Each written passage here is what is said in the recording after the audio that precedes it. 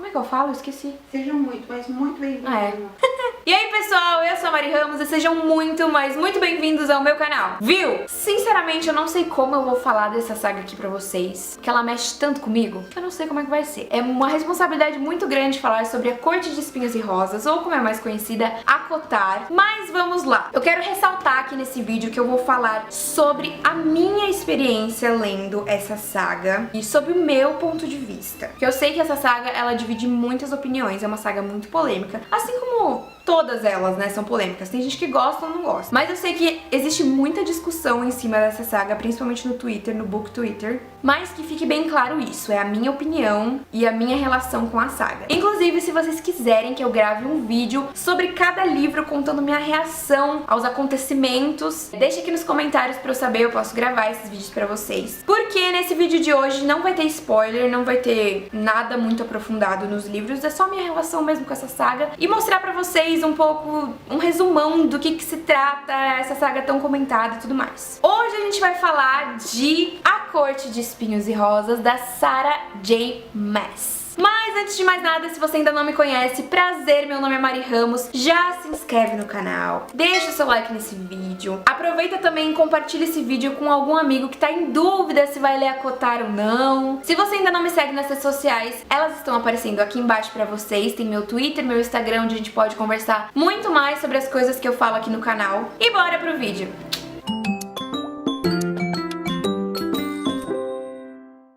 Sarah Janet Maas é uma escritora americana de fantasia. Suas obras alcançaram o patamar de best-seller no The New York Times e no USA Today. A sua estreia na literatura foi com a saga Trono de Vidro. Essa é uma das séries dela que também ficou super famosa e eu espero que em breve eu possa falar dela aqui pra vocês. Mas hoje a gente vai falar sobre ACOTAR. Pra começar, eu acho muito importante você saber a ordem, né, dos livros, porque eu sempre sou uma pessoa que fico muito perdida nesse quesito de saber a ordem certinha que tem que ler. Portanto, A Corte de Espinhos e Rosas é o primeiro livro, embora tenha aqui, né, número 1 e tudo mais, mas né, só pra saber. A Corte de Espinhos e Rosas é o primeiro, A Corte de Névoa e Fúria é o segundo, A Corte de Asas e Ruína é o terceiro, e ainda, nossa querida autora fez questão de fazer um spin-off, que é mais pra você saber como que estão os personagens depois do terceiro livro, que é A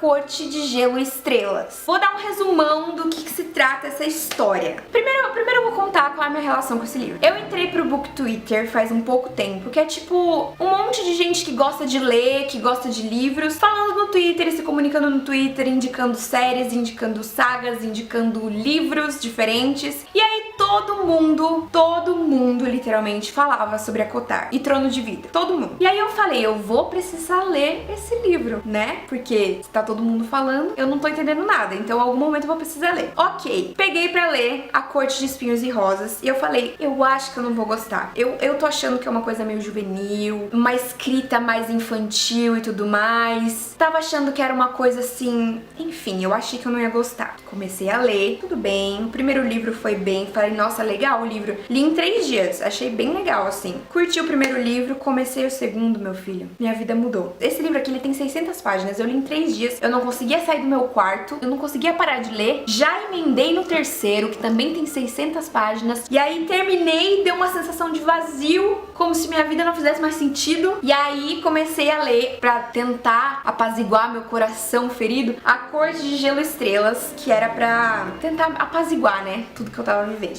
Amei o livro, não entendo pessoas que não gostam, na minha opinião, respeito sua opinião, mas não entendo pessoas que não gostam. É fantasia essa história, então ela é baseada num mundo chamado Prythian, num país chamado Prythian, que é dividido entre as terras mortais e as terras dos féricos. O que são os féricos? São seres humanos imortais. Eles têm... Alguns têm fisionomia de seres humanos, outros são seres esquisitos, diferentes, bestas e tudo mais. Bestas no sentido de bestial, entendeu? E eles têm geralmente poderes, eles são imortais. E esse mundo dos féricos, ele é dividido em em várias cortes. Tem corte primaveril, corte estival, corte diurna, corte crepuscular, enfim, várias cortes. E cada corte tem um grão-senhor, que é aquele grão-senhor que cuida dessa corte, tipo como se fosse um rei da corte, alguma coisa assim. E cada grão-senhor tem o seu poder especial, transfiguração, poder dominar a água, o poder da cura, vários poderes. E tem as terras mortais lá no cantinho, que são aldeias, assim, em Prythian. Prythian não tem as terras mortais com os reis, rainhas, os reis e as rainhas ficam em outro continente. E é numa aldeia dessa parte das terras mortais que a gente começa nossa história com a Feyre. Gente, eu falo Feyre, tá? Eu não sei como vocês falam, porque às vezes a gente lê, né, e não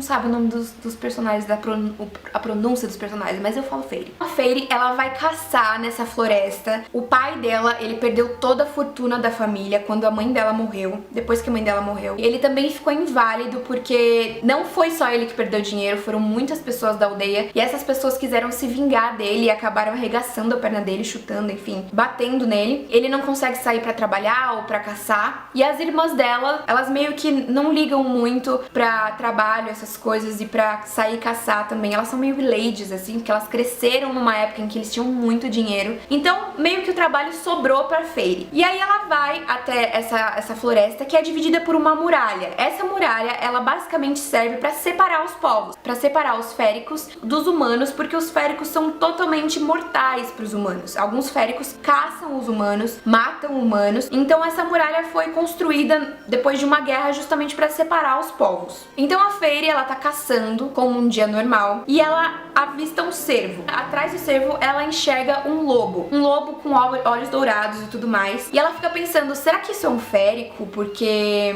tem muitos féricos que ultrapassam a muralha escondido e tudo mais, mas isso seria uma quebra de protocolo, uma quebra de acordo. Existem consequências para as quebras desse acordo, mas ela enfim decide matar o lobo. Ela acaba conseguindo pegar o cervo também e mata o lobo. Só que, meus amigos, o que ninguém espera é que de noite, quando tá todo mundo comendo cervo, chega um lobo gigante cobrando a Feyre por essa morte do lobo que ela tinha matado na floresta, o lobo com olhos dourados. E aí ela entende que realmente ela matou um férico e que pra isso ela teria que pagar com a vida, porque é isso que o acordo diz quando algum das raças ultrapassam a outra parte da muralha. Só que o lobo fala pra ela, você tem outra opção, além de pagar com a sua vida, que é vir comigo para a minha casa, na Terra dos Féricos, e passar a morar comigo. É óbvio que ela escolhe essa opção, porém ela fica meio assim porque ela tá deixando a família dela, e basicamente ela que cuida de toda a família dela, mesmo sendo a irmã mais nova, e ela vai morar